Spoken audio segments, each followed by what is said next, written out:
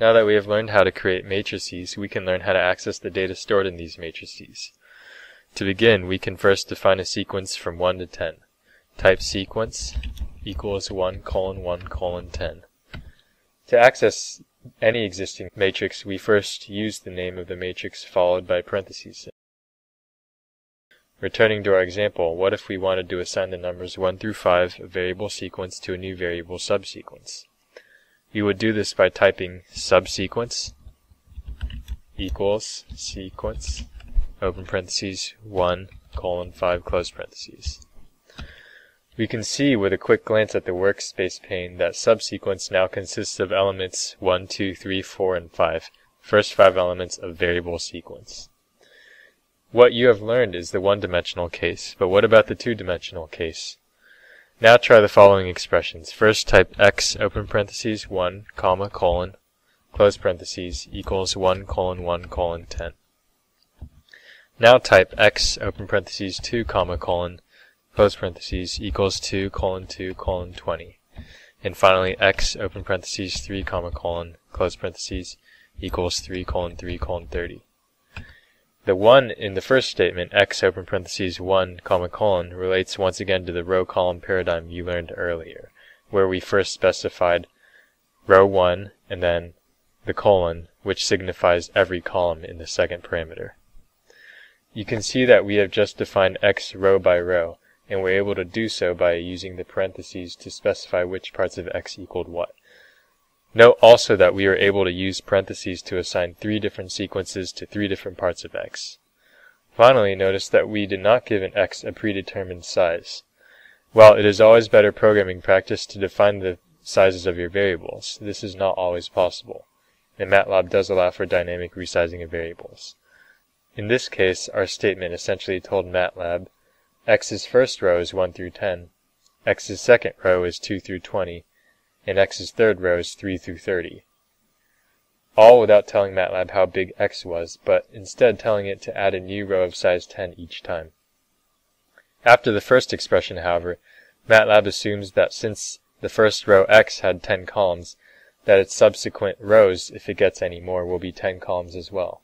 To illustrate this, we can type x open parentheses 4 comma colon close parentheses equals 5 colon 5 colon 25. Notice that this gives an error because a row vector of size 5 doesn't fit into x's regular dimensions. This error simply states subscripted assignment dimension mismatch and is often used to characterize misalignment in assignment operators. More than often, these appear when you're trying to define a matrix of predetermined size with too many or too few elements.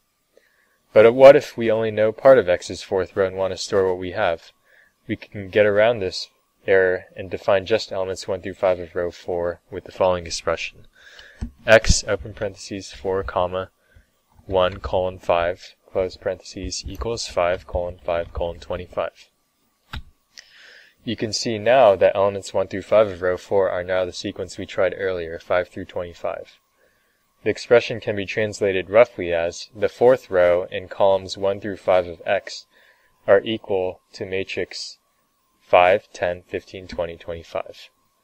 Notice that this time MATLAB assigned the last 5 elements of row 4 to zeros. This is typically the default value assigned to undefined parts of variables. Now suppose we changed our mind and no longer want the information in row 4 besides the first element. We can truncate this line by typing x open parentheses 4 comma colon, which means every element, equals open close bracket. You can see now that in x the fourth row no longer exists. Finally, we can also reassign values using the parentheses operator in the following manner.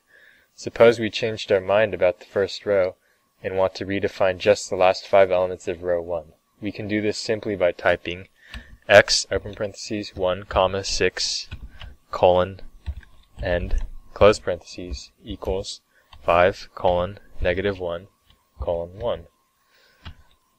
Notice that our index for the left-hand side is 6 because our indexing is 1 based. That is, there's no 0th element for any matrix in MATLAB, unlike many conventional programming languages. Note also that we have used the keyword end to specify the end of a matrix, row, or column. We can see that the x's first row is now 1, 2, 3, 4, 5, and then 5, 4, 3, 2, 1. Indexing is an important skill that is used very often in MATLAB. To access elements in a matrix in MATLAB, use parentheses, and within the parentheses the row by column convention, row, comma, column, to specify which elements you are trying to access. Use the colon in cases where you are specifying entire rows or columns, or in cases where you are specifying a range of elements. For example, 1:3 for 1 through 3. Finally, once a variable size is initially declared, its subsequent modifications must all satisfy these size constraints.